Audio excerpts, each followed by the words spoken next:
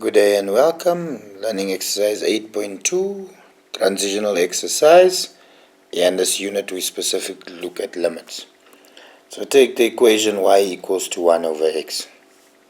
I should see x and y are what we would say inversely proportional, meaning as the one gets bigger, the other one gets smaller, or as this gets bigger, that should get smaller.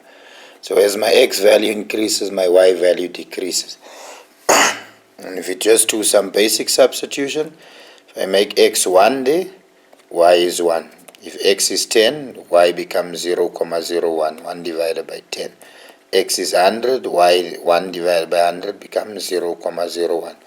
So you see as y tends to 0, meaning as these y values are becoming smaller and smaller and closer to 0, my x value continues increasing and therefore x tends to infinity. So I can say as y tends to 0, x tends to infinity, or we write it, the limit as x tends to infinity, 1 over x equal to 0. So there's where the limit comes in. We're looking at what happens to one variable in relation to another one. Right? So if I give you a function f of x equal x plus 4, determine the limit as x tends to 4 of x plus 4. So if x is tending to 4, I substitute in the place of x 4, 4 plus 4 equal 8. So this effectively states as x tends to 4, y tends to 8. So graphically, if we look at it, in graph format, you see if I go from 0 to that 4, what effectively happens with my function, that there tends to 8. So that limit tends to 8. So as this x moves to 4, y moves to 8 or tends to 8. Right?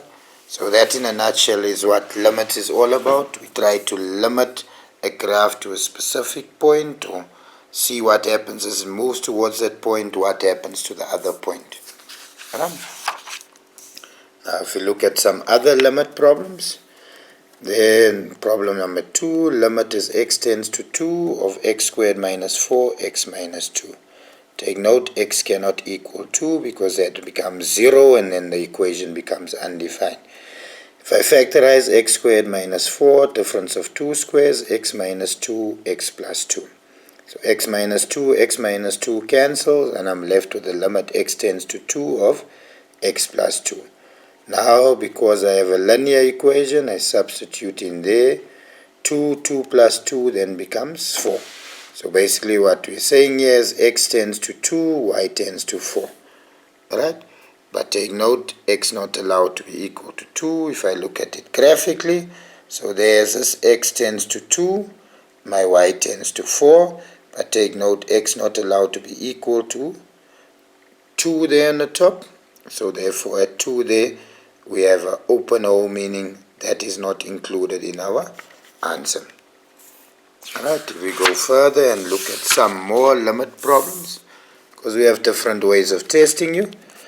If I give you a limit x tends to 2 and I give you a constant term, the answer simply stays the constant term. So as x tends to 2 or 4, it stays 4. If I do limits where variable of x to the first degree, so x tends to 2, that simply becomes 4 times 2 equal to 8. Limit x tends to 2 of 4 plus x simply becomes 4 plus 2 and equals to 6. So as x tends to 2, y tends to 6. Limit of x tends to 2, if I give you a fraction, take note again, x not allowed to be equal to 0. And if I substitute 4 times 2 gives me 8 plus 1, which is then 9. 5 times 2 then becomes 10. So as x tends to 2 there, this tends to 9 over 2. Take note, x not allowed to be equal to 0. Right? If I say that same equation, limit x tends to infinity of 4x plus 1 over 5x, then I have to divide everything by x first. So there, 4x divided by x gives me 4. That then becomes 1 divided by x, and that becomes 5x divided by x becomes 5. Right? So from that there, we should know the limit x tends to infinity of 1 over x equal to 0. Right? As x tends to infinity, that tends to 0. That was the first problem we looked at. So therefore, as x tends to infinity, this answer actually becomes 4 over 5. So it's very important that you understand, and don't test it really in grade 12, but you do it in your first year university. Limit of x tends to infinity of 1 over x will always tend to 0, the y value. Right? Can also give you full out two quadratic equations. 3x squared plus x minus 3 divided by 6x squared plus 3x minus 1 as x tends to infinity. So first, because I'm tending to infinity, I try to remove all the x's and just leave it on one spot. So there, divide by x squared. So that becomes 3x squared divided by x squared, 3, x divided by x squared, and then 3 divided by x squared. There I would have 6x squared divided by x, which then becomes 6, 3x divided by x squared, and then minus 1 divided by x squared. That then simplifies to a limit of x tends to 0. You see x over x squared, 1 over x. Stays 3 over x squared, the x over x squared becomes 3 over x. So there, as this tends to infinity, tends to 0, so that would become 0, that also 0. Same concept applies there. So x tends to infinity, y would tend to 0. So that effectively becomes 0 and 0, 0 and 0, so I'm left with 3 over 6, 1 over 2, so the limit is x tends to infinity, y tends to half. Hope you follow, hope you understand. All the best. God bless. Bye.